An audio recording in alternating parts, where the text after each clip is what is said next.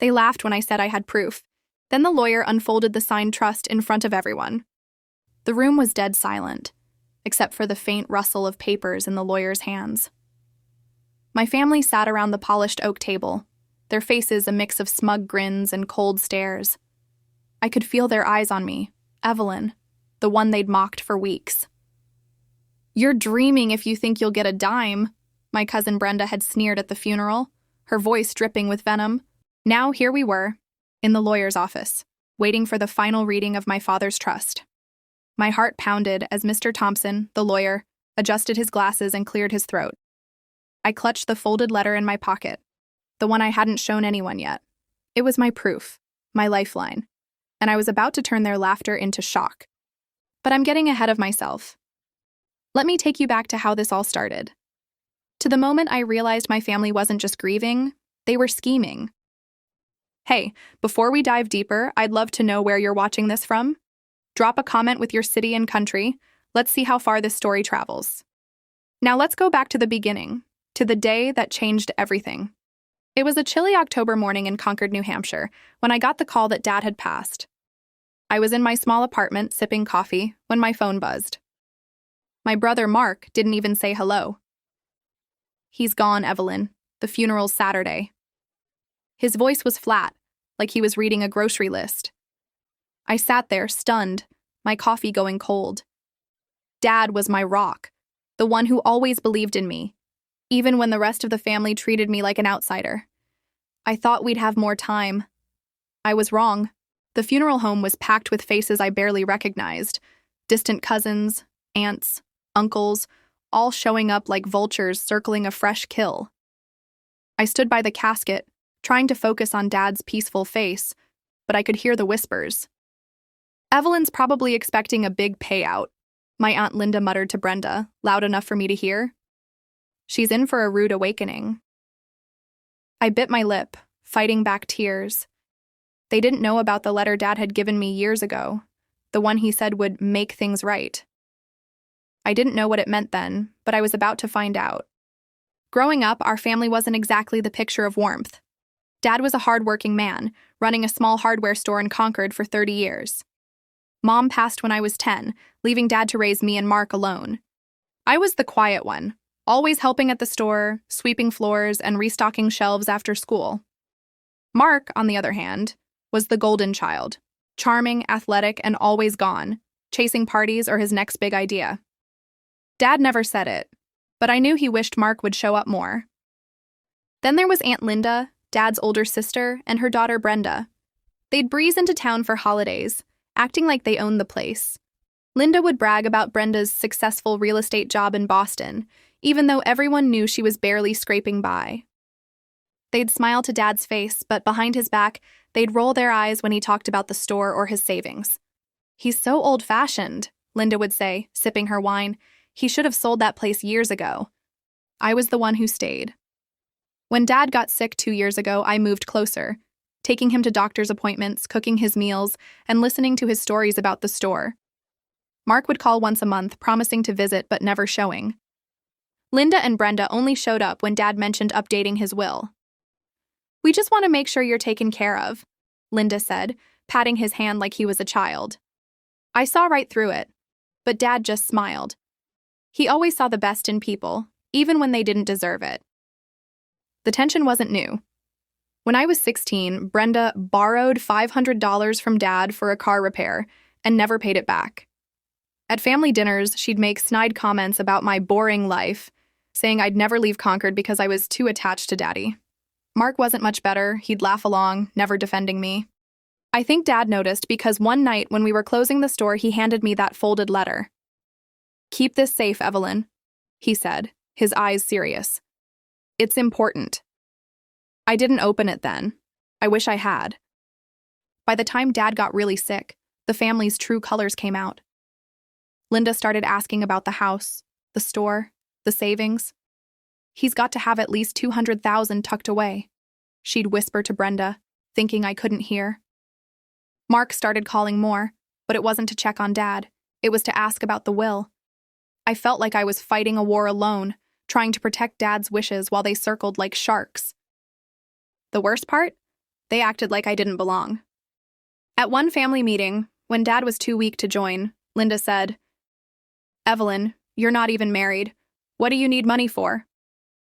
Brenda smirked, adding, "Yeah, it's not like you've got big plans." I wanted to scream, but I didn't. I just held onto that letter in my pocket, trusting Dad had a plan. The funeral was held at St. Paul's Church in Concord, a small brick building Dad loved. The air smelled of lilies and damp wood, and the pews were packed with neighbors, old customers, and of course, my family. I stood near the front, clutching a tissue, trying to focus on the pastor's words. But the whispers behind me were impossible to ignore. "Bet she thinks she's getting the house," Brenda muttered to Aunt Linda, her voice sharp like a knife. I turned slightly, catching Linda's smirk. My stomach twisted, but I kept my eyes on Dad's photo, his kind smile frozen in time. Mark sat 2 rows back, his arms crossed, looking bored. He hadn't said a word to me since we arrived, not even a hug. When the pastor called for family to speak, I stepped up, my voice shaky as I shared a memory of Dad teaching me to fix a leaky faucet at the store. He always said, "Evelyn, you don't need to be perfect. You just need to show up." My voice cracked, and I saw a few neighbors nod, teary-eyed. But Brenda? She rolled her eyes, whispering something to Linda that made them both snicker. After the service, we gathered at the funeral home for coffee and sandwiches. That's when the real show started. Linda cornered me by the coffee urn, her perfume overwhelming. "Evelyn, dear, you holding up okay?" she asked, her tone so fake it made my skin crawl. Before I could answer, Brenda chimed in, "Yeah, must be tough knowing the store's probably going to Mark." She smiled, like she was daring me to snap. I just said, "We'll see," and walked away, my hand brushing the letter in my coat pocket. The tension wasn't just words, it was in the air, thick and heavy. Mark barely looked at me, but I caught him talking to a man in a suit by the door, probably about Dad's savings. Linda kept pulling people aside, fishing for gossip about Dad's finances. "He must have left something for Brenda," she said loudly to Mrs. Carter, our old neighbor. "After all, she's the one with ambition." I wanted to scream that I was the one who'd been there, refilling Dad's prescriptions, holding his hand during chemo. But I didn't. I just kept my head down, waiting for the lawyer's meeting. The next day, we were called to Mr. Thompson's office for a preliminary meeting about Dad's estate. It wasn't the official reading yet, just a discussion, he said. The office was small, with dark wood paneling and a faint smell of old books. I sat across from Mark, Linda, and Brenda, their faces a mix of impatience and greed. Mr. Thompson, a wiry man with gray hair, shuffled through papers, his hands trembling slightly. Something about his nervous energy made me sit up straighter. "Before we proceed," he said, adjusting his glasses, "I need to confirm a few details about Robert's assets."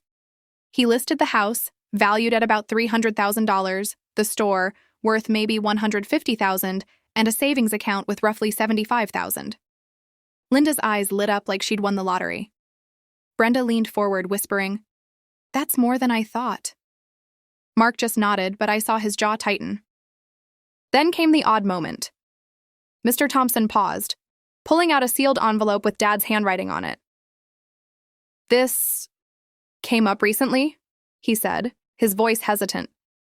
"It's not part of the main will, but Robert left specific instructions." He didn't open it, just set it aside, but I swear I saw Linda's face pale. Brenda shot her a look, and Mark shifted in his seat. My heart raced. Was this about the letter in my pocket? I didn't say anything, but I felt a spark of hope. Later, as we left the office, something else happened. Mrs. Carter, the neighbor from the funeral, pulled me aside in the parking lot. "Evelyn," she whispered, glancing around like she was afraid someone would hear. "Your dad told me something last year. Said he made sure you'd be okay, no matter what the others tried. Check his desk at the store." Her eyes were serious, and she squeezed my arm before hurrying off. That night, I drove to the hardware store, my hands shaking as I unlocked the door. The place was dark, smelling of sawdust and metal, just like always. I went to Dad's old desk in the back, cluttered with receipts and tools. In the bottom drawer, under a stack of invoices, I found a small key taped to a note. It was in Dad's handwriting. "For Evelyn, the safe." My breath caught. I didn't know what safe he meant, but combined with Mrs. Carter's words and that sealed envelope, I knew something big was coming.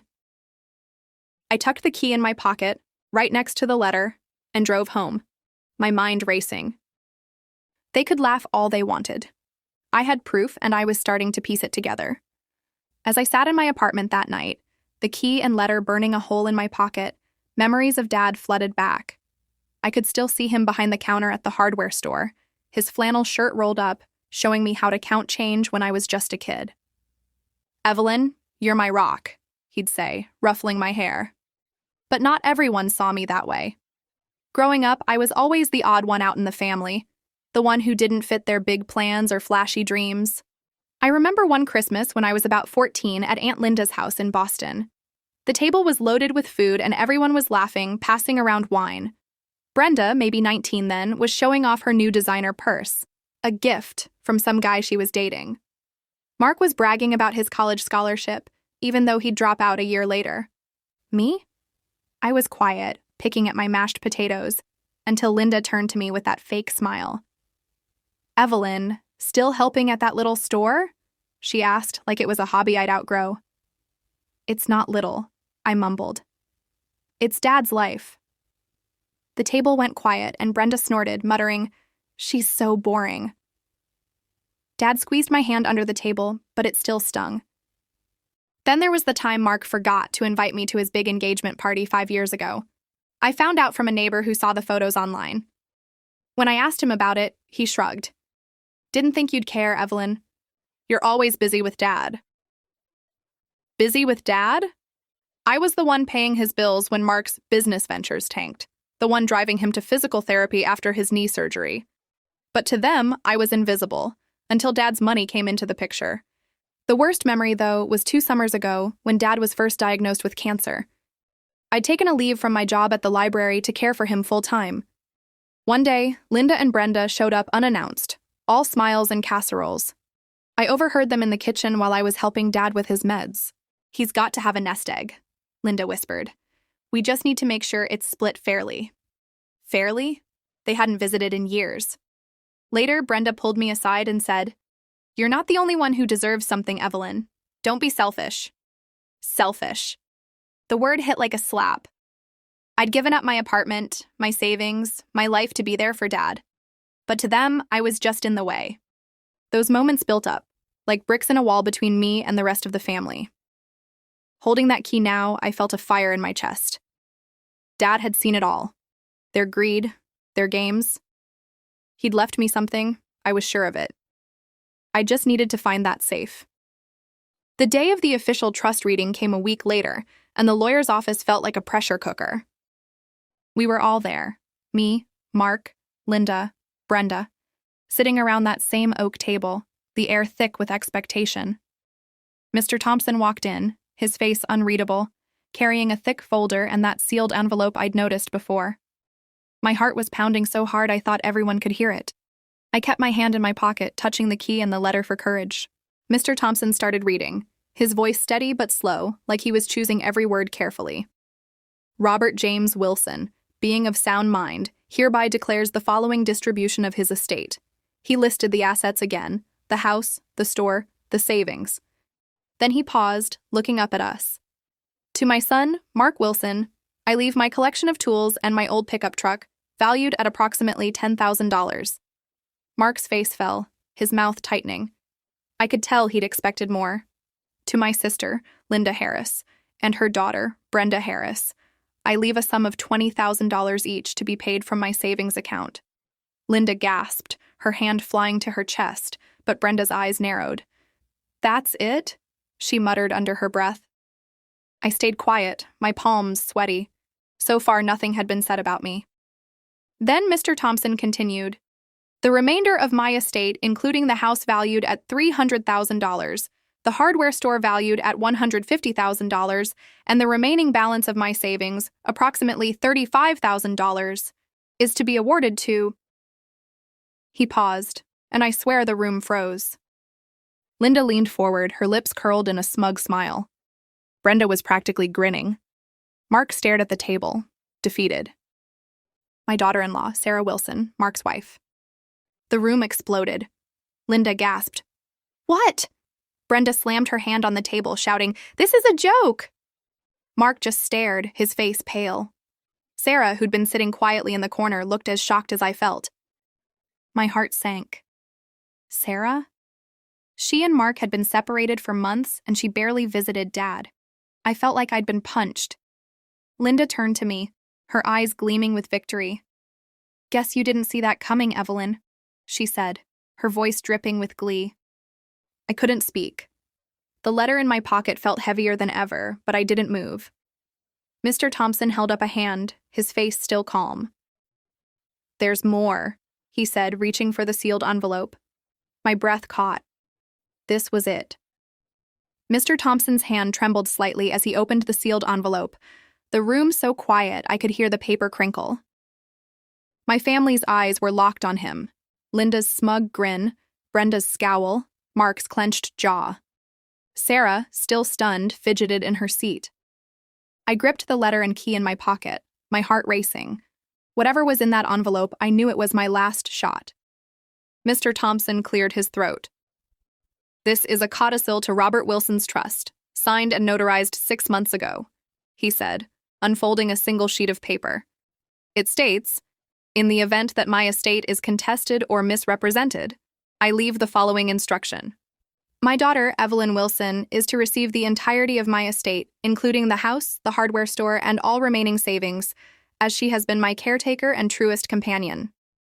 Furthermore, a trust fund of $100,000, held in a separate account, is to be awarded solely to Evelyn, accessible with a key she will recognize." The room went dead silent. Then chaos erupted. Brenda shot up, her chair scraping the floor. "That's impossible!" she shouted. "He was sick. He didn't know what he was signing." Linda's face turned red, her voice shrill. "This is fraud. We'll fight it." Mark just stared at me, his mouth open like he'd seen a ghost. Sarah burst into tears, muttering, "I didn't ask for this." I sat frozen, my hand still in my pocket, clutching the key. The safe. The trust fund. Dad had planned this all along. Mr. Thompson held up the codicil, his voice firm. "This document is legally binding, witnessed by 2 neighbors, including Margaret Carter. And Evelyn, do you have something to present?" All eyes turned to me. I stood slowly, pulling the folded letter from my pocket. My hands shook as I unfolded it, Dad's handwriting clear and steady. "This is from Dad," I said, my voice quiet but strong. "He gave it to me 2 years ago. It says, 'Evelyn, you've always been there. The key to the store's safe holds your future. Don't let them take it.'" I held up the small key from the desk drawer, my proof. Brenda's face crumpled, and Linda looked like she'd been slapped. Mr. Thompson nodded. "The safe at the hardware store contains the trust fund documents, accessible only by Evelyn. I verified it myself." The room fell silent again, the weight of Dad's plan sinking in. They'd laughed, schemed, and mocked me, but Dad had seen it all. He'd made sure I'd be okay. The days after the reading were a blur. Linda and Brenda stormed out of the office, vowing to contest the trust, but Mr. Thompson warned them it was airtight. Mark didn't say a word to me, just grabbed Sarah's arm and left. I didn't gloat. I didn't need to. I drove to the store that evening, alone, and opened the safe behind Dad's desk. Inside was a folder with bank documents confirming the $100,000 trust fund, along with a note in Dad's handwriting. "For Evelyn, my heart. Live your life, kiddo." I cried for the first time since the funeral, not out of anger, but relief. Word spread fast in Concord. Neighbors stopped by the store, shaking my hand, saying Dad would be proud. Mrs. Carter hugged me, whispering, "He always knew you were the one." Linda and Brenda didn't show their faces again, though I heard they were telling anyone who'd listen that I'd tricked Dad.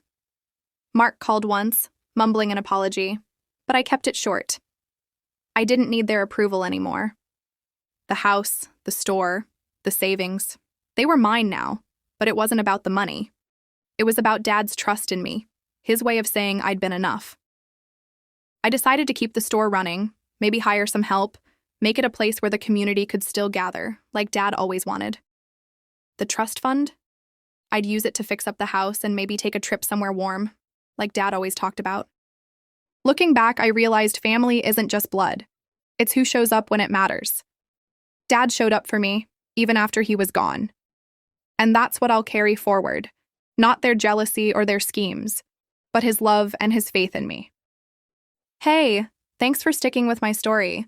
If it hit you in the feels or reminded you of your own family drama, drop a comment below. I'd love to hear your thoughts. What would you have done in my shoes? And if you want more stories like this, hit that subscribe button and ring the bell so you don't miss the next one. Let's keep sharing these moments that make us human.